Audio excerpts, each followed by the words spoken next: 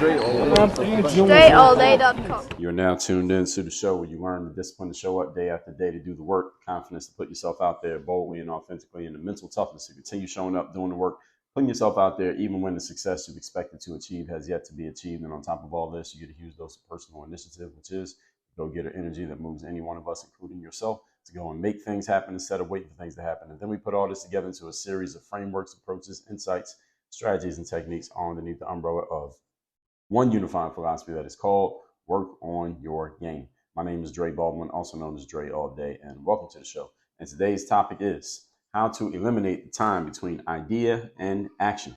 Before we get into this, I remind you of two things. First of all, my daily motivation and Monday motivation text messages come out every day and every week, respectively, guaranteed to have you focused, sharp, and on point. You should be getting these messages. All you got to do to be in my text community, because those are the people that get it, is text me at my number 305-384-6894. And as soon as we start sending those messages again, as soon as they start going out again, everybody in the text community will be getting those messages. Secondly, Work on Your Game University. That's the place where I do all my coaching. If you would like to have me as your direct coach, if you would like me to coach you on your mindset, on your game plan and strategy for your business, on the systems that can help you execute on a consistent basis, on the accountability to make sure you're doing what you're supposed to do, and the implementation to make all of this stuff actually come to life and be working the way that it's supposed to, go to workonyourgameuniversity.com. That link is in the down below in the description to wherever you are consuming this, and you can read about what we're doing in the program, get started right now, and be a member of the university just like that fast. Again, that's workonyourgameuniversity.com. With all that out the way, let's get right into the topic here today, which is how to eliminate the time between idea and action. Now, this is something that I touched on a little bit in yesterday's episode, where I talked about challenging your self-imposed limits. This is all about collapsing time frames and getting more life out of your life, which are things that anyone, if you ask them, do you want to do this? Would you like to get certain things done a lot faster? Would you like to get more life out of the life that you have? Ask anybody if they want to do this. Everybody will say yes. But many of us find it challenging to put these things into action. We find it challenging to actually do them. So today I'm going to tell you how to start doing these things and ways that you can start implementing it right now today before you even finish listening to this episode. Meaning, I'm going to give you some stuff you can do while you are listening, things you can start doing, whether it's a thought or an activity. Point number one.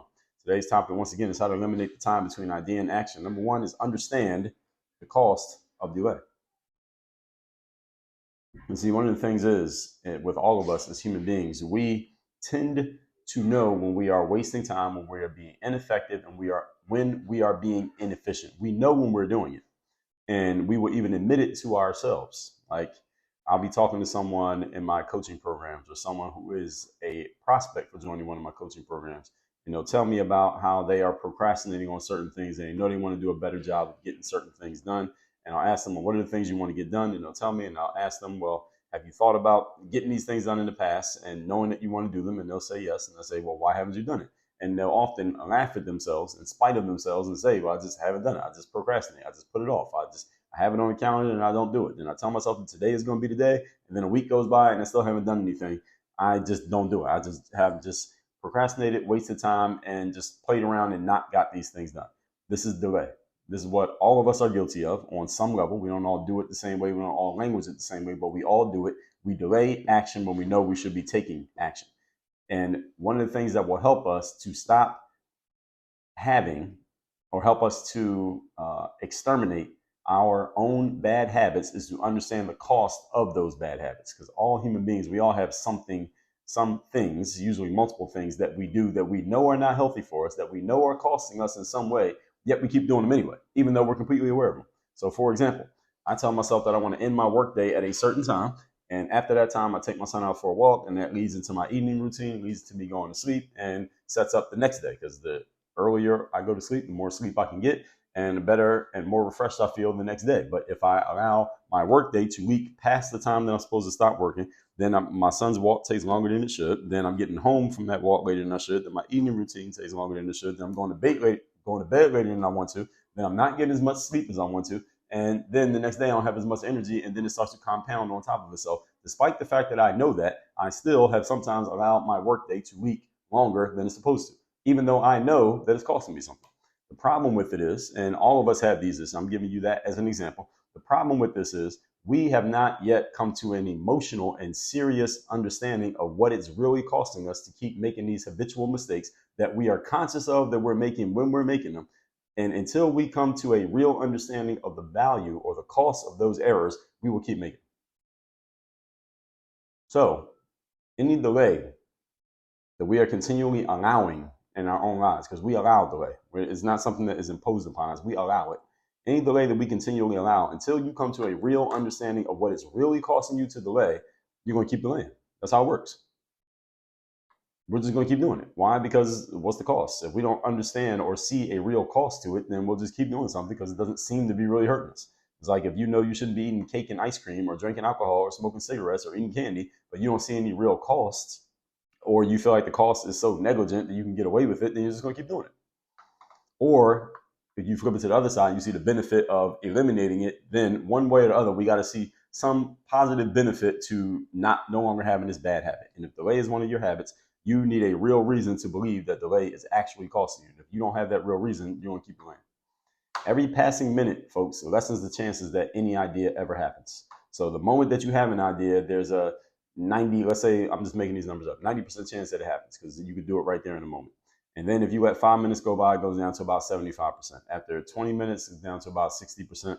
After an hour, it's down to about 40%. And by the next day, it's down to about 20%. The longer, and again, I'm just making those numbers up. The longer you delay action on an idea, the lesser the chances that you actually do it because it gets pushed down deeper in on the priority list of your mind. And there's less chances you actually remember to do it. And even if you write it down, again, how many of you have things that you have written down that you know you need to do, but you still didn't do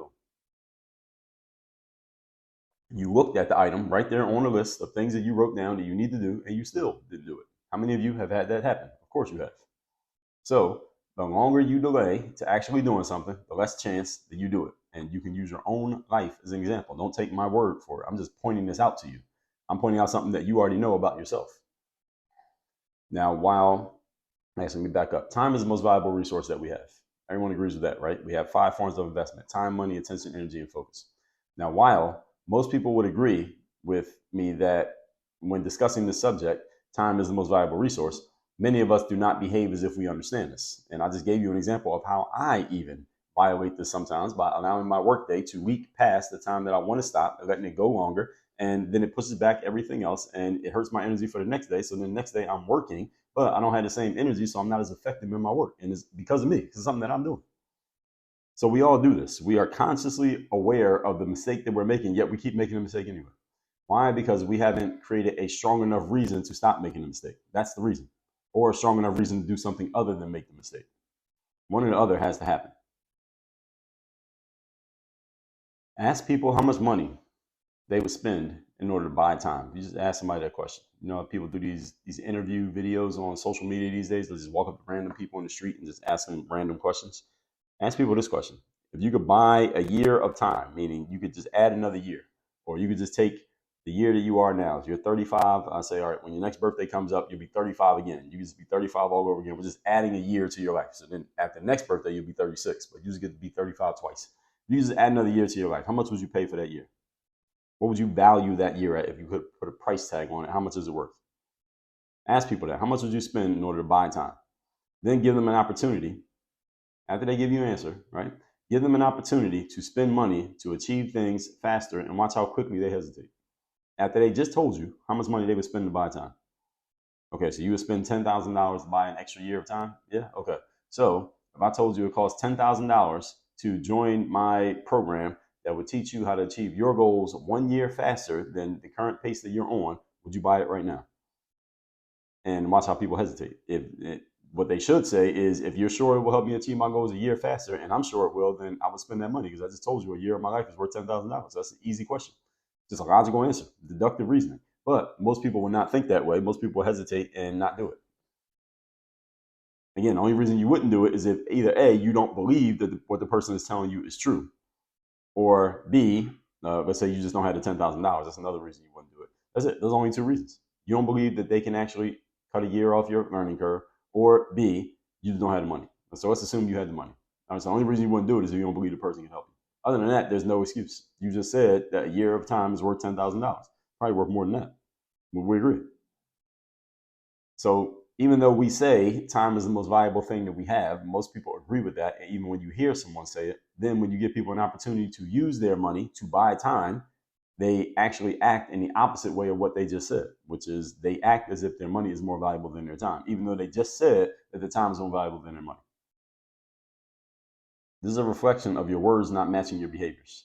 And when your words and behaviors don't match, you know what we call this? We call this being out of integrity. That's what this is called. Integrity is when you act in a way that is congruent with the way that you are presenting yourself. And I don't mean presenting yourself, forget other people, just with yourself. Personal integrity.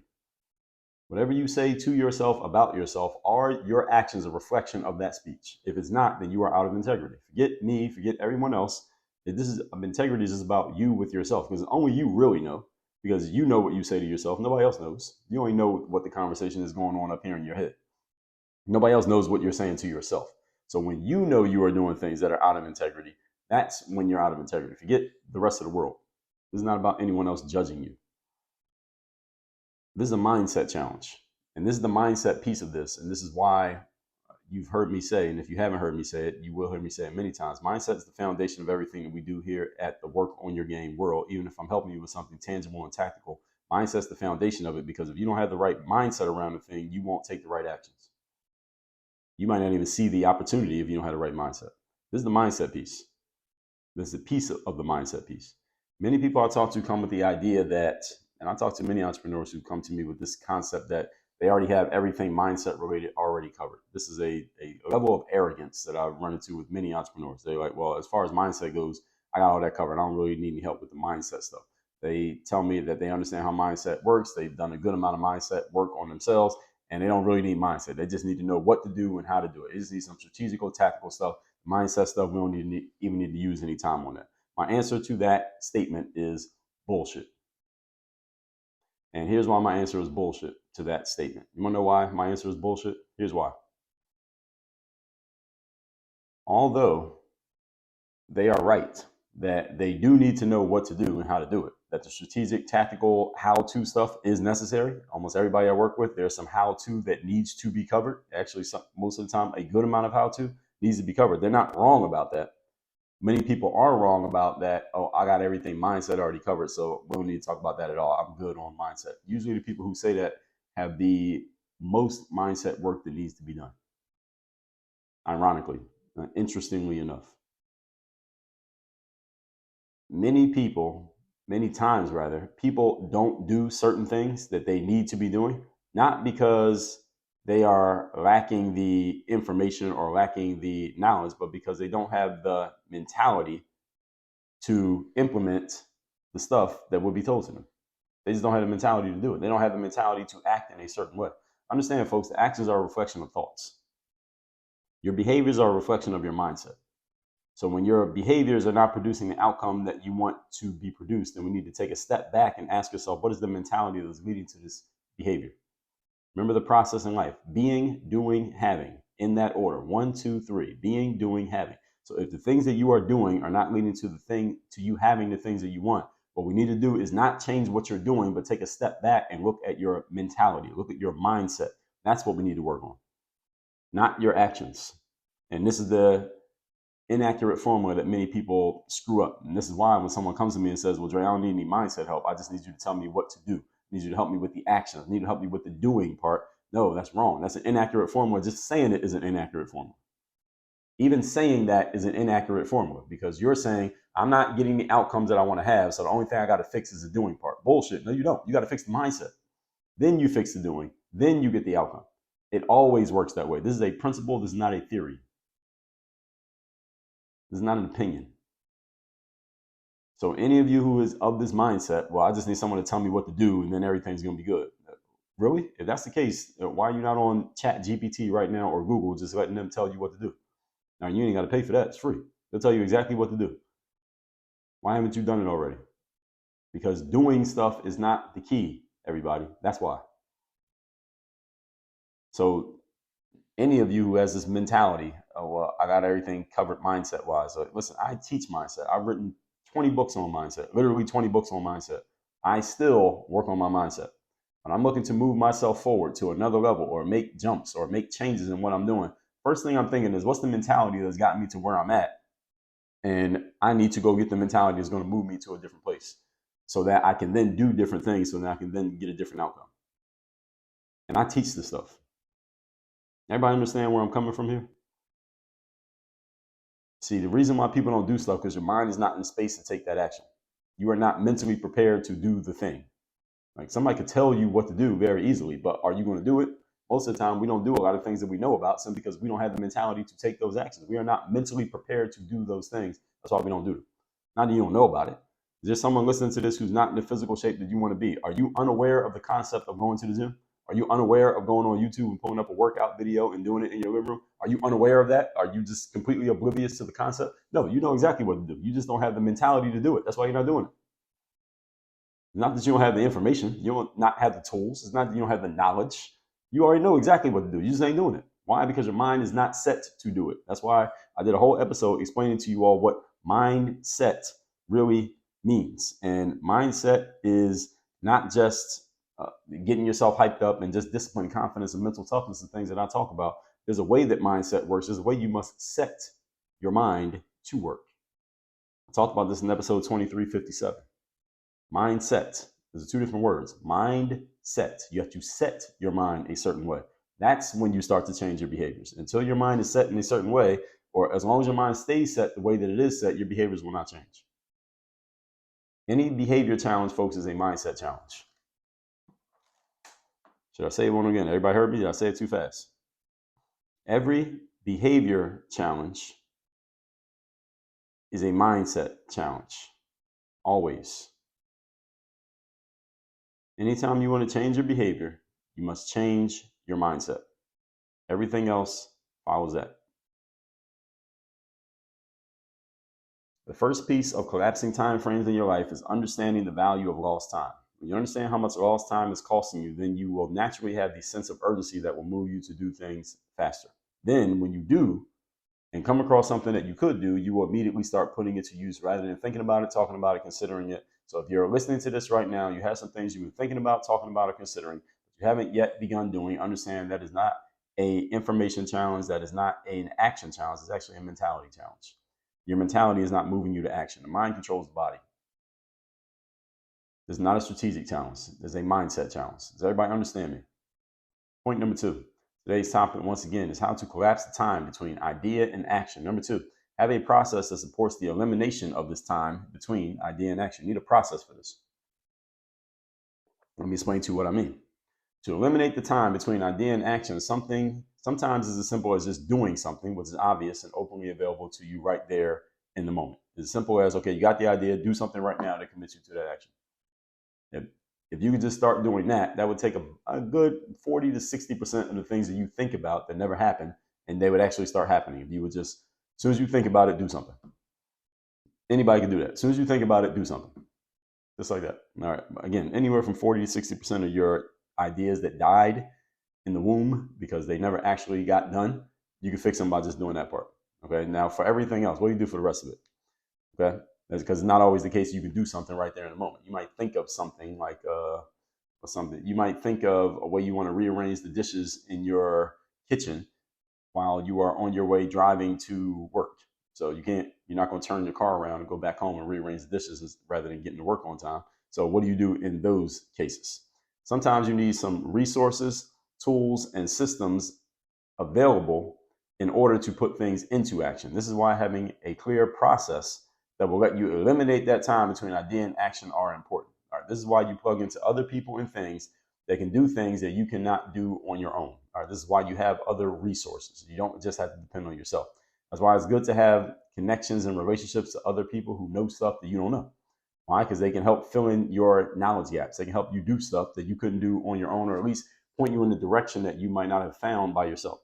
Remember that we're down to 2 or 3 degrees of separation these days, no longer 6 degrees. So this is why networking matters, relationships, because there's always somebody out there or somebody who knows somebody who can point you directly towards where you need to go to solve any problem that you have. But if you don't know anyone or know anything, then you're limited only to what you yourself have or what you yourself can access. And even though the internet and the technological tools that we have access to give us access to a lot of other information, the challenge is because there's so much of it, you got to know what to look for. And sometimes another person can help you point you in the right direction, or even what to look for, let alone the answer. Even if they don't have the answer, they can point you in the right direction what to find. Because if you don't even know what to type into the search box, you will still won't get the right answer, even though you have access to it, but you don't know which one to look at.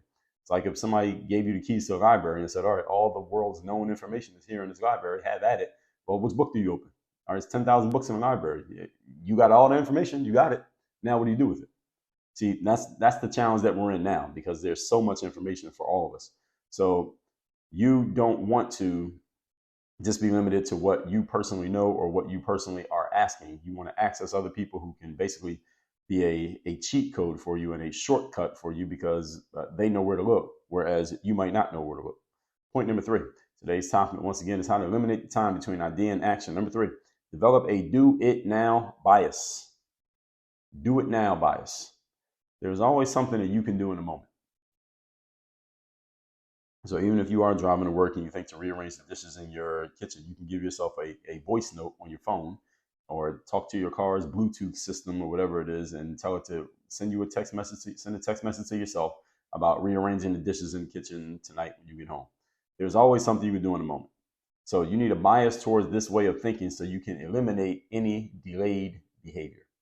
When you have the bias of doing things now, again, even if it's just a small action on some idea or initiative, then you are committing yourself to the behavior. See, when you take a small action, you're committing yourself to an action. When you merely think about something, your subconscious mind can't be sure that you're serious about it, because you think about, I think the last I looked was 30,000 or something thoughts we have every single day. Let's just say it's 10,000 thoughts a day. Let's say it's 30, it could be a million, it doesn't matter. You have so many thoughts over the course of a day. They're all pretty much weighted equally if all you do is think about them, because you thought about 10,000 other things besides that thing. But when you take an action, now you're showing your subconscious that you're a little bit more serious about this one. It moves up in the hierarchy, so to speak. If you get what I'm saying. So level 1 is just things you think about. Level 2 is things that you think about more than once. Level 3, maybe things that you actually do, or maybe level 3 is things you say. Level 4 is things you actually do. And you see, the more you impress upon the subconscious mind through some action or additional thought or behavior, then you're showing the subconscious that this is something that you are not just thinking about, you're for real. It's like working out. Those of you who work out every day, the subconscious mind knows that you work out every day, to the point that you don't even consider if you're going to work out. It's just a matter of how you're going to work out, what you're going to wear when you get to the gym, what's it going to be like when you get there, who else is going to be there. It's just baked into the subconscious that is not even a second thought. And that's what you want to get to when it comes to any aspect of your life that you want to change. How do I make it so this just becomes an automatic thing, that I'm not thinking about it at all? Remember, the ways that we program the subconscious mind: repetition, immersion, and emotionalization. 1, 2, 3. When you merely think about a thing, again, the subconscious mind doesn't know. But when you take action, it moves up. So, and the more action you take, you're giving a signal to the subconscious that this is serious, and the subconscious should take this serious. Remember, repetition of action and thought and word knocks on the door of the subconscious harder, and eventually gets let in. And immersion and emotionalization make it even stronger. So every action you take, again, it gets deeper and deeper. You're driving the grooves deeper. Which means the subconscious will take it more serious, to the point that it takes it over, and it's just a habitual thing that you don't even have to consciously think about. And this is how you position yourself for breakthroughs, to where you don't even have to think about that new thing that you're doing, because you've done it so often and so consistently that now it becomes just a normal part of your normal operating procedure. That's what you want. You're changing your SOP, your standard operating procedures. Let's recap today's class, which is how to eliminate the time between idea and action. This episode is all about collapsing time frames, getting more life out of your life, which is what everybody says they want to do, but many of us find challenging to do, even though we say we want to. So number 1 is understand the cost of delay, or the value of action, one or the other. But usually it's the pain of not getting something, or the pain of losing something, that moves us to action more often than the joy or the benefit of getting something. But either one of these can work. But just understanding what it's costing you to delay, or what it's costing, or what you're not getting when you don't take the action. So that's also part of the cost. So this is a mindset challenge. This is not an activity challenge. It's not a strategy challenge. It's a mindset challenge. Until you get your mind wrapped around the cost of continuous delay, then you're going to continue to delay. Simple as that. Because if you don't see it as really hurting you in any way, then why stop doing it? All right, most of the time we keep doing things that we know are not good, but since they're not destroying us, we just keep doing them anyway. And this is why they say all deaths are suicides. Point number 2, have a process that supports the elimination of time between the idea and the action. One simple process is just as soon as you think of something, do it.